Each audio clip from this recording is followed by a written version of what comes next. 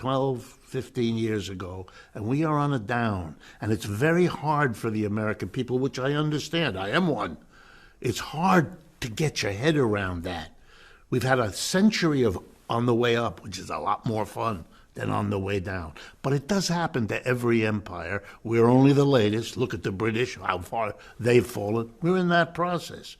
So the problem with the trickle down is, yeah, there might be more jobs, but they're going to be created in China. They're going to be created in Brazil. They're going to be created in India. They're not created here. We have the greatest level of corporate debt this country has ever seen, off the chart. The greatest level of personal debt, and we have the greatest level of government debt. Our government debt is now trillions of dollars greater than our annual output. That was not the case in the 20th century. It is the case now. What you're seeing is desperation politics. The whole Trump phenomena ought to say to you, wait a minute, these jerky moves that are out of whack, right? In recent days, we have seen the decision of the Trump administration to kiss the war in Ukraine goodbye.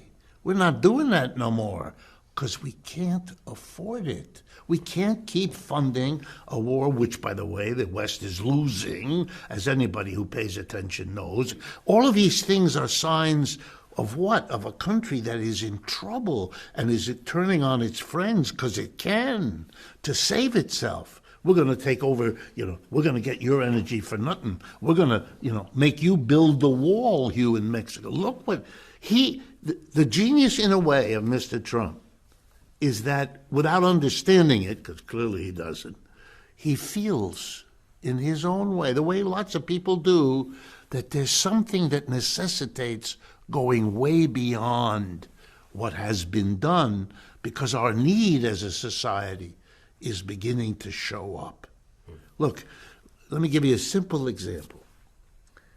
The best electric vehicles in the world right now, by uniform global agreement, are produced by something called the BYD Corporation, which probably most folks have never heard of, which is Chinese. BYD, the initials, BYD. They make the best quality, cheapest electric car and truck. All right. You don't see them anywhere in the United States. Why not? Because Mr. Trump put a 27% tariff on them, and Mr. Biden raised it to 100%. So let me give you an example. Wow. If you wanted to buy a $30,000 BYD electric vehicle, which you could do, that's what they charge. That's why it's so good. You would have to pay $30,000 to get the Chinese to ship it here. Then you'd have to give another $30,000, 100%, tariff to Uncle Sam, or in this case, Uncle Don, in the way of a tariff. So it would cost you $60,000, which you're not going to do because you can get a less good Tesla or GM or Ford or anybody else at $40,000 to $50,000, which is less than you'd have to pay. But here's the problem. I was going to say, because right now this sounds like a good plan to a lot of people. Trump has said, I'm going to do this not just to China, although he's going to double existing tariffs to China, obviously. Right. But Mexico, Canada, everybody. If we intensify the tariffs, the scenario you just painted will happen, and people will be forced to buy U.S. stuff. Right. Which then creates U.S. jobs, which again stimulates the economy. All right, let me be the economist. Okay? That's good for the Tesla company, which I'm sure is purely coincidental, and GM and Ford and the others. Good. And they'll maybe be able to hold on to some jobs. Good. But now let's follow the bouncing ball, because that's my job as an economist. Yeah.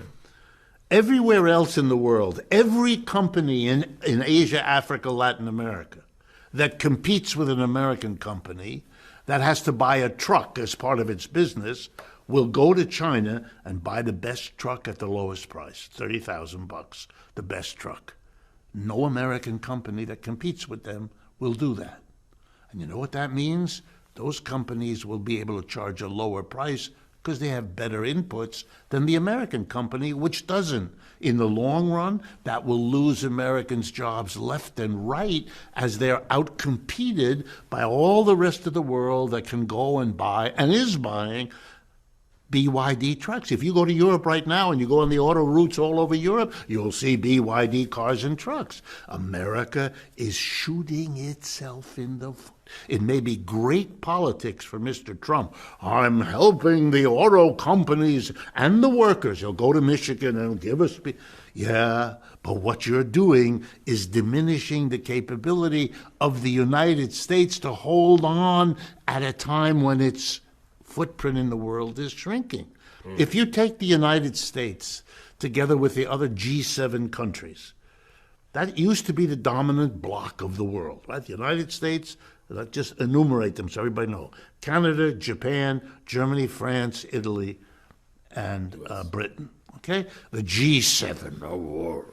And I'm going to add up all the GDP, gross domestic product, total output of goods and services of all of those 7 countries, U.S. and its major allies.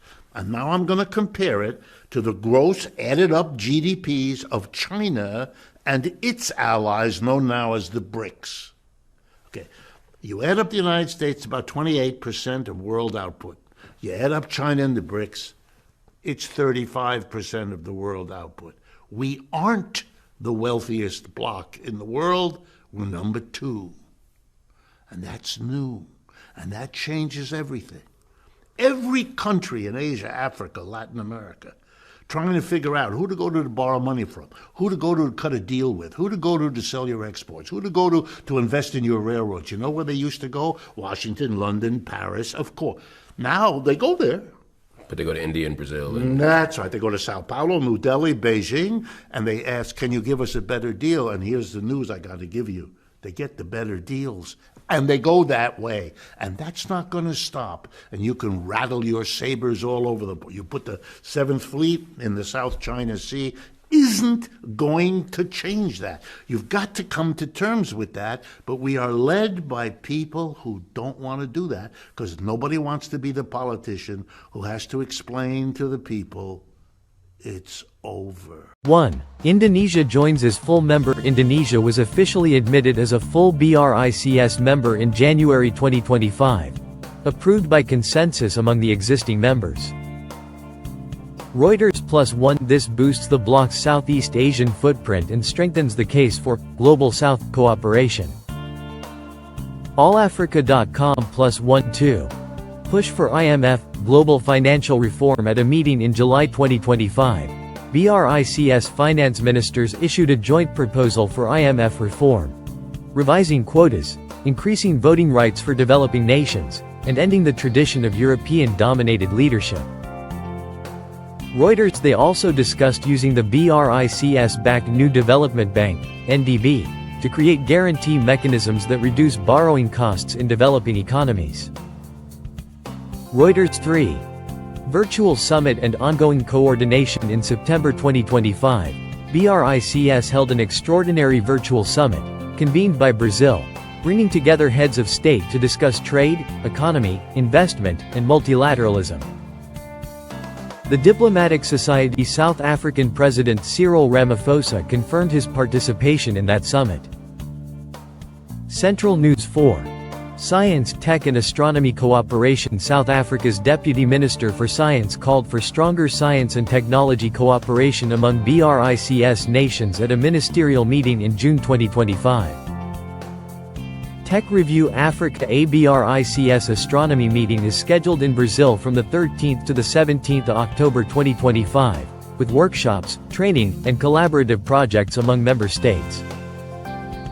Engineering News +1 5. Agribusiness investment in Africa. In April 2025, the BRICS Plus Agriculture Investment and Trade Summit in Durban, South Africa, resulted in nearly $500 million in deals focused on agribusiness. IranPress.com. This reflects BRICS' interest in boosting food security, rural development, and agricultural trade in the Global South. 6. Expansion and partner status outreach. Russia has expressed willingness to support Vietnam becoming a partner country of BRICS. AP News +1. The bloc has expanded significantly. New full members include Egypt, Ethiopia, Iran, UAE, since January 2024. News 24 plus 2 Carnegie Endowment plus 2 partner countries. Lesser membership status. Also include more states in Asia, Africa, and Latin America. AllAfrica.com plus 3 Carnegie Endowment plus 3 IOL plus 3 7. Dollar alternatives and de-dollarization. Signal. Some BRICS leaders have reiterated interest in alternative payment systems to reduce reliance on the US dollar, particularly in intra-BRICS trade.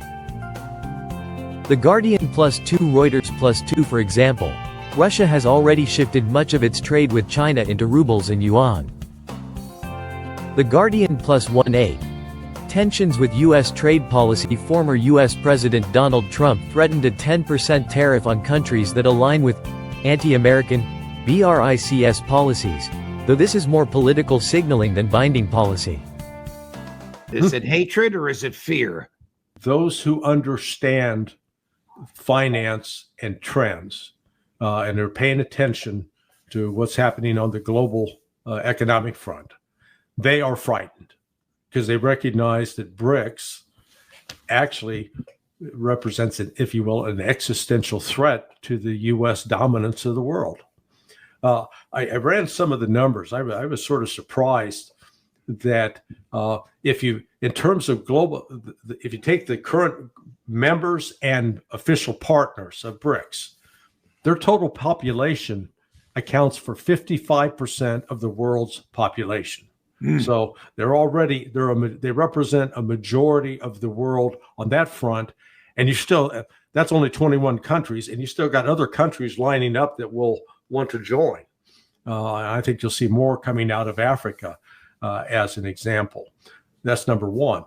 In terms of GDP, the gross domestic product measured by what they call purchasing power parity, that basically it adjusts the GDP according to how expensive, like what does it cost for you to buy a house in New York City or as compared to buying a house in Nigeria? Well, can you buy something comparable, but it's going to be cost differently?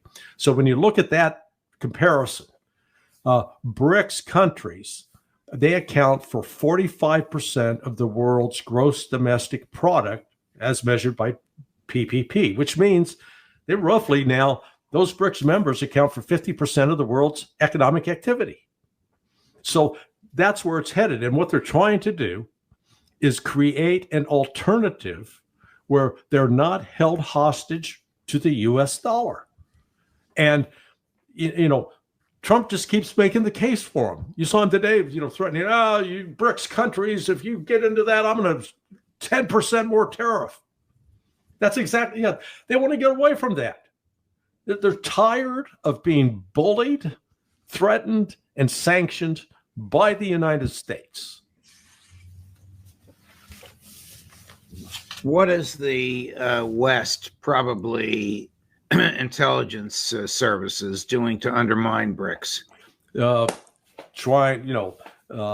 Assisting with the war against Iran, stirring up trouble in Azerbaijan, working, the CIA's got one of its, I'm told, because I was never briefed on this, but I am told that the CIA has one of the largest presence in throughout, in the world there in Azerbaijan, because it's working to destabilize, carrying out color revolutions in places like Georgia, in Armenia.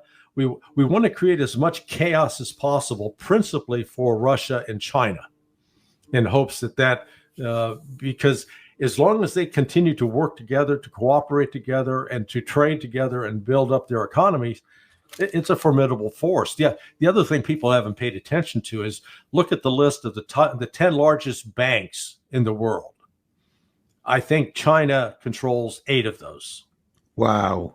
Yeah. Wow. Here's an interesting clip, Larry, from Professor Paolo Nugaria, who's the former executive director of the International Monetary Fund. Take a listen to this. Chris, cut number 5. Who knows what's in Trump's mind? Who knows what the U.S. is up to? I believe the U.S. has now a very erratic, unpredictable president who doesn't seem to have a clear strategy. You know why I'm happy about Trump? It's that he's doing the job of weakening the superpower that mostly harms the world. He's weakening the US instead of making it great again. So in that respect, I think we need to be thankful for him. Imagine a South Africa that thrives. A place where leadership inspires growth. Unfortunately, we often look to politicians for solutions.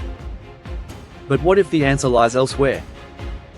In South Africa's current landscape, we need innovative thinkers. Rob Hersov and General Mkhwanazi represent this innovation. They have proven their capabilities outside conventional politics. Let's break it down. First, who is Rob Hersov? He's an entrepreneur and visionary. His expertise can fuel economic growth. He looks beyond the typical political landscape. Next, who is General Mkhwanazi?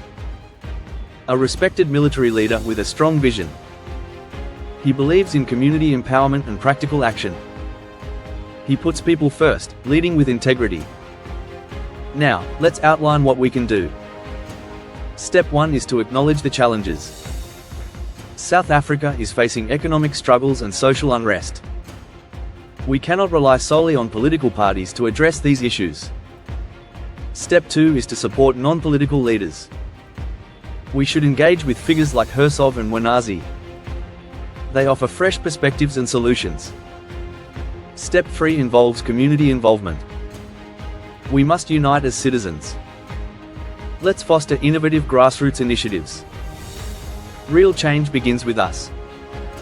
We need to rethink where leadership comes from. It's vital to support leaders who focus on practical solutions. Think of it this way: would you prefer a stagnant government or inspired leadership? Hersov and Mkhwanazi embody the type of leadership we need. They demonstrate vision and action. Picture a community project led by people who understand real issues. Imagine an economy bolstered by innovative ideas. This can be our reality with determined leaders.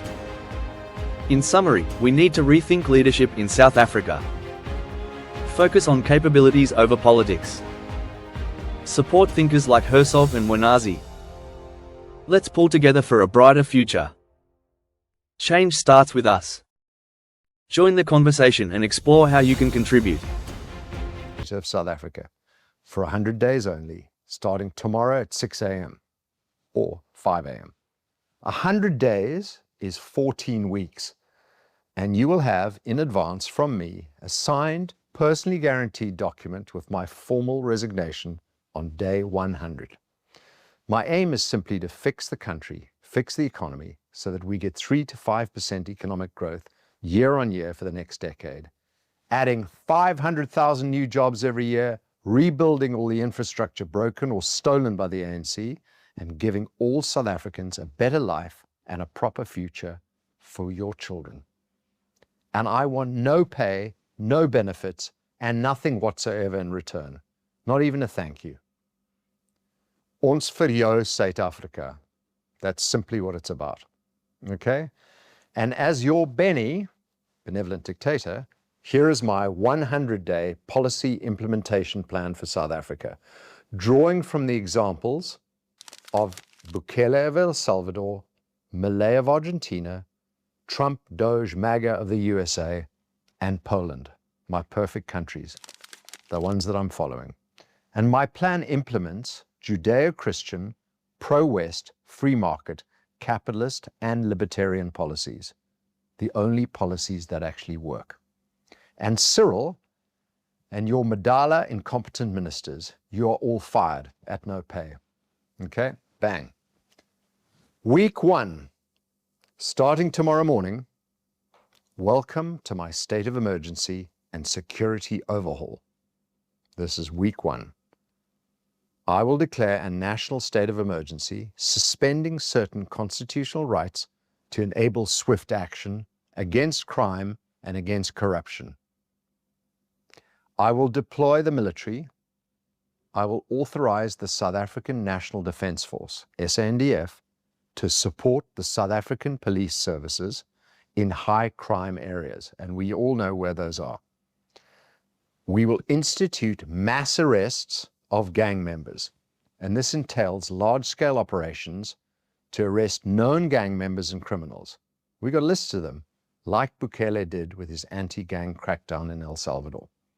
I will establish a joint security task force, creating a unified command structure for the SANDF, SAPS, and intelligence services. I will implement maximum security measures in prisons to prevent communication between incarcerated gang leaders and their outside networks. Something that should have been done a long time ago. And that was week 1. And now week 2, government restructuring and anti-corruption. Let's shrink Cyril's bloated and useless cabinet. I will immediately reduce the cabinet to 20 ministries from 32, as per my consolidation plan. I will establish the Department of Government Efficiency, DOGE, modeled on the Trump administration's initiative. I will task this department with cutting waste, cutting fraud, and cutting abuse in government, particularly government spending and procurement. I will launch an anti-corruption task force. This will be a special unit with prosecutorial powers to investigate and prosecute corrupt officials at all levels of government. We're basically going to deliver on the Zondo Commission at last. I will freeze assets of corrupt officials, and I will issue an executive order to freeze the assets of individuals credibly accused of corruption. Anyone implicated by the Zondo Commission, anyone, boom. All right? We will also need a public transparency portal. I'll launch a website that tracks all government spending in real time, and it will be accessible to the public. You'll know exactly what's going on, much like Elon Musk did with Doge. And now, week 3. This is my economic shock therapy. Are you sitting down? I will abolish the South African Reserve Bank's independence, bringing the central bank under the control of the Ministry of Finance to align my monetary policy with my economic agenda. I need to do this for 100 days. I will implement a currency board of dollarization, pegging the rand to the US dollar or a basket of currencies to stabilize the currency and curb inflation, following what Javier Milei did successfully. I will slash government spending by announcing a 50% cut in all non-essential government spending and bringing in zero-based budgeting. I will eliminate subsidies, putting an end to all government subsidies for electricity, transport, and other services. Wham! And to end this busy week, remember this is just week 3, I will introduce a flat rate tax of 15% for individuals and corporations. 3 busy weeks. Week 4, deregulation and free market reforms. This is Hersov's red tape bonfire.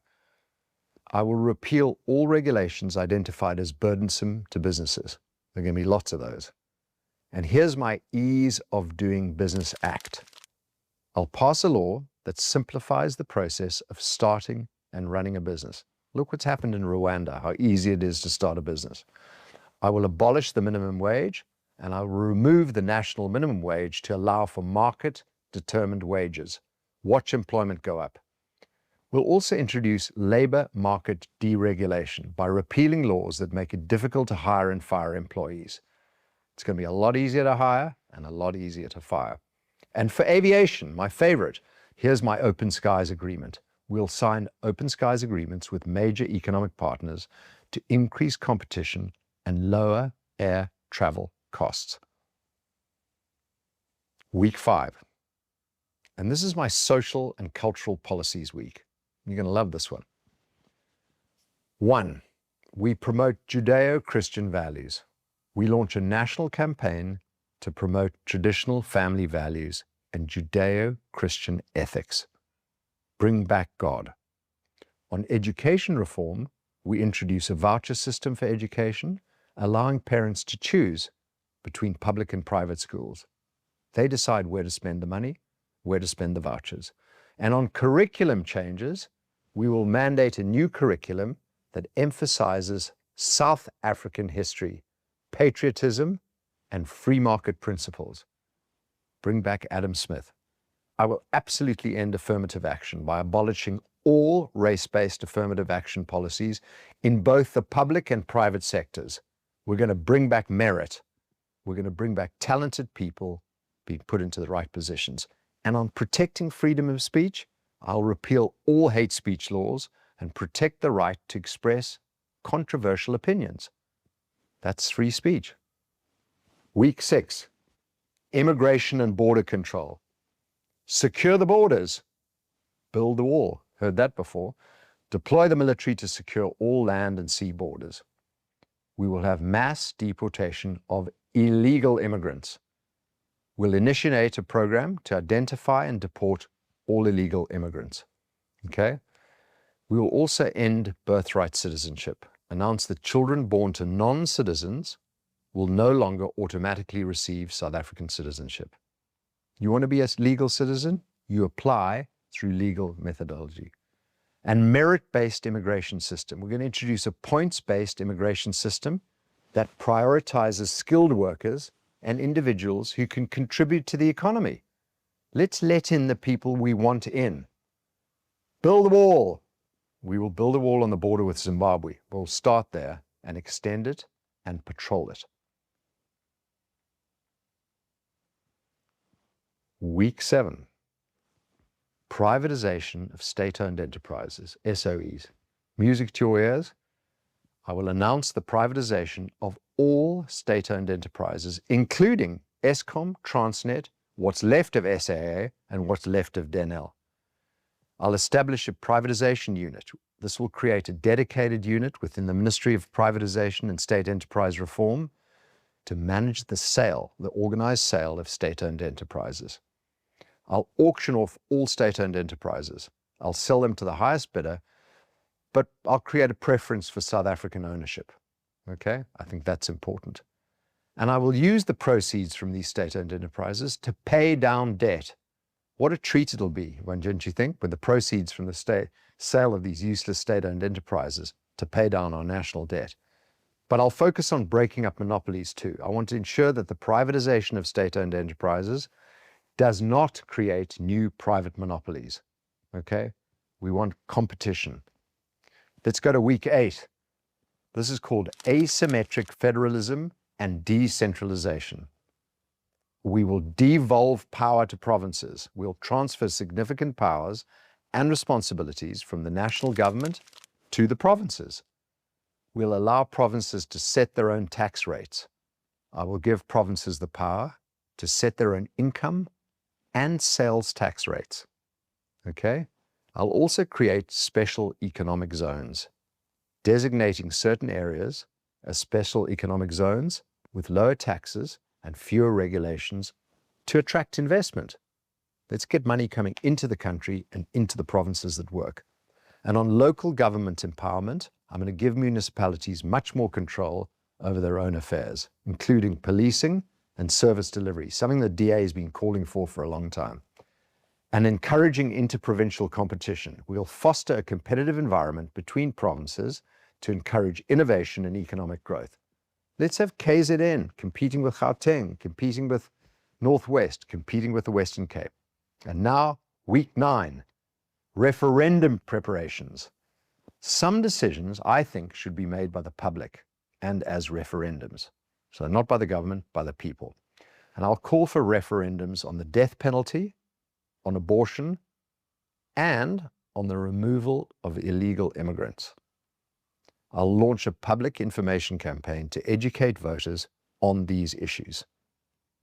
We need to conduct a national voter registration drive to ensure that all eligible citizens can and should vote. And of course, I'm going to appoint an independent electoral commission to oversee the process and to oversee the referendums. I will also invite international observers to monitor the referendums and to ensure they are free and fair. Week 10, we're getting there. In week 10, I'll be finalizing the transition back to democracy. Okay? I will announce the election date, and I will set a date for free and fair democratic elections to be held on day 101 when I'm gone. I will lift the state of emergency, ending that state of emergency and restoring all constitutional rights. Remember, this is temporary. I'm a temporary benevolent dictator. I'll disband the Joint Security Task Force, returning the military to their barracks and restoring civilian control over the police. And I will grant amnesty to all political prisoners. I will release all individuals who were detained for political reasons during my 100-day period. I had to get them out the way to get the job done, but they'll be returned. And hand over power. I'll prepare a peaceful and orderly handover of power to the newly elected government. And then week 11 to week 14, these are the last few weeks bunched together, will be implementation and oversight. I will monitor policy implementation. My Doge will monitor the implementation of all policies and report directly to me. There will be weekly cabinet meetings. Remember, our cabinet's a lot smaller now. We'll hold weekly cabinet meetings to review progress and adjust the plan as needed. I will provide regular updates to the public and on the progress of the 100-day plan. We'll all hear what has happened and what will still happen. And it's always good to have a course correction. I'll be ready to make changes to the plan based on feedback from the public and also the results of the policy implementation. And then we need to prepare for the handover. My team will begin the process of documenting all the policy changes and preparing a comprehensive handover report for the incoming democratic government. The path will be set, though. In my 100 days, the path will be set to fix this country. And this plan can be implemented by a democratically elected government, but not the likes of the useless and corrupt ANC, the gangsters of MK, or the racists of the EFF. And it won't happen quickly, as in my 100 days. But it can and must be done for the sake of our beloved country and our children's future. Oh yes, I forgot to say that on day 101, I'm flying off for a well-deserved holiday. Ons vir jou South Africa. And Futsak ANC. Mine is a police officer. I'm a civil servant. And I'm charged with the responsibility to enforce the law. Yes, Minister Bheki Cele, he told us, he's got a lot of admiration, he's got high admiration for you. He said, you're a very good cop. Yeah, well, it's good because you're not a politician. It's good because then the general will know that if there's a law broken, even if he breaks the law, I'll arrest him as well. That is my job. I don't have a responsibility in terms of, that's why I was surprised when I saw Mr. Nkabingo with t-shirts of political parties. Because I don't wear a t-shirt of a political party. I even struggle to wear a t-shirt of a soccer club. Maybe Bafana will. I'm not that much involved. I know a lot of people within the political space, but it's not my space. And I don't dream of becoming a politician. There was an invitation on some of the members that I should join, but I'll gladly decline because that's not me. I was never like that. I'm just a South African, a civil servant. That's what I'm doing. I think people sometimes confuse a police officer that might become famous as we do and politician. We don't run a country by enforcing the law only. You run a country by looking at a variety of things, which I'm not an expert on. I know policing, nothing else. Surrendering in England, that was the heart of darkness. That was where everything was, run from. The City of London was the financial part of this evil empire. There, Trump is walking in front of the king because he is the king now. He is the king. And everything is they are capitulating, they are surrendering. Jerome Powell, or the fake Jerome Powell, is going to be lowering the interest rates today. That's going to switch the economy. We're coming into the quantum financial system. People are saying January 1st we'll be moving into a totally different system. You'll have lots of money. And that's the key point. In terms of the immigration situation, Trump and the White Hats are going into Chicago with with the military. I mean, they're churning it up. They're taking all the illegal immigrants and arresting them. And this is going to be a worldwide campaign. And in the end, according to Gesara law, in order to collect your funds, you have to be in the state where you belong. You have to be home. So all these people in England, across the world, France, they have to return home if they want to receive their funds, which is pretty good incentive, I think, for everyone returning to normal, to being, to stopping this immigration attack on humanity. It was an immigration attack, it was a medical attack, it's been food, water, air. They've been doing everything they can to depopulate, but they failed. And now it's our turn. Karma's a bitch. That could be the beginning. We have an economy that's in shambles. Last year, you don't realize this, last year we had the worst stock market since 1929. Did you know that? While you're being bombarded with pictures and headlines of President Trump's visit to Great Britain, the real story, the one terrifying the British more than anything else in the world, is unfolding behind the scenes.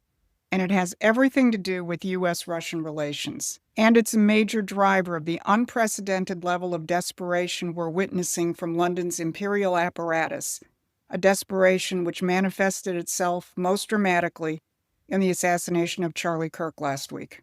This assassination was not just a function of left-wing propaganda advocating violence. It was that, and as Barbara outlined on Monday, it's part of a full-spectrum information warfare run by intelligence agencies ranging from Britain to NATO. But what it shows is the desperation of the British imperial system that sees its centuries-old domination crumbling before Trump's new strategic alignment with Russia. But what the empire doesn't understand is that this terror campaign will only expose more and more of their apparatus and the underlying ideology and philosophy which drives it. I'm Susan Kokinda, and I've been fighting not only the economic and strategic policies of this British imperial system for decades, but I've studied the philosophical underpinnings of it, and I know how to defeat it. So tonight we're going to show you just exactly how Trump is doing that and how you can help. And if you appreciate the deeper picture which we provide you each week, please like and subscribe. Firstly, subscribing is completely free for you.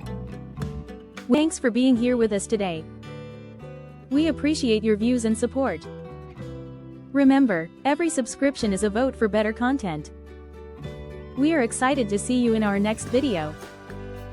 Don't forget to leave a comment below. We can't wait to hear from you. Help us shape our future content together. Thank you, and see you soon.